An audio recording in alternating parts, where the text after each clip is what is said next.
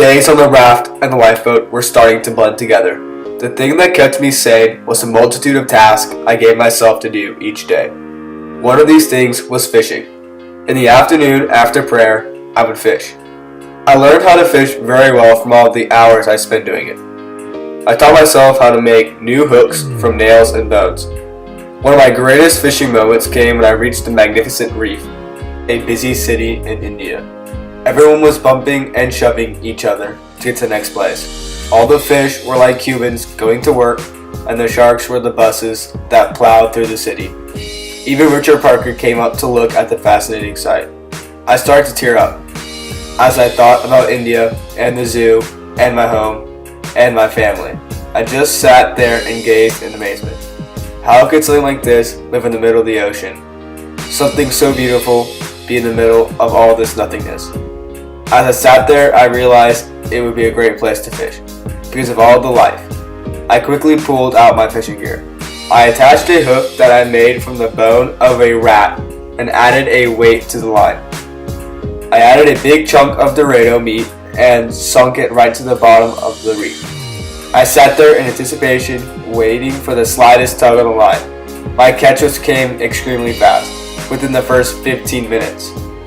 I could tell right away that it was something big, bigger than any Dorado I had caught on the line. I yanked hard to set the hook in the creature.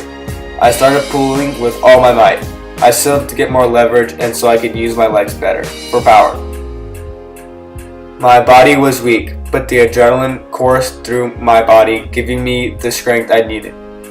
I pulled and pulled until my arms burned like fire. I got my first glimpse of the creature.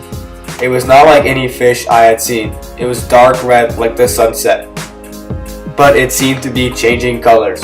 I kept pulling. The adrenaline was starting to wear off. My ravishing hunger made me keep pulling. Finally, I was able to get to the side of the boat. I could tell what it was. It was an octopus, a giant Pacific octopus to be exact. I had read about them in India. It was enormous, about 12 feet across, and its beak could easily take off my hand. I slowly and carefully started pulling it on the lifeboat. That is when I got a face full of ink. It stung in my eyes and mouth. I had to wash it off in the water to get it all off. I watched it thrash around and snap its beak. It reminded me of the Hindu goddess Durga, goddess of victory of good over evil. She had 8 arms, like the octopus. I sat there in my religious thought. Then I took the gaff and I killed the octopus by stabbing it through the eye. Even though it was dead, it still writhed around and its 8 legs stuck to anything and everything.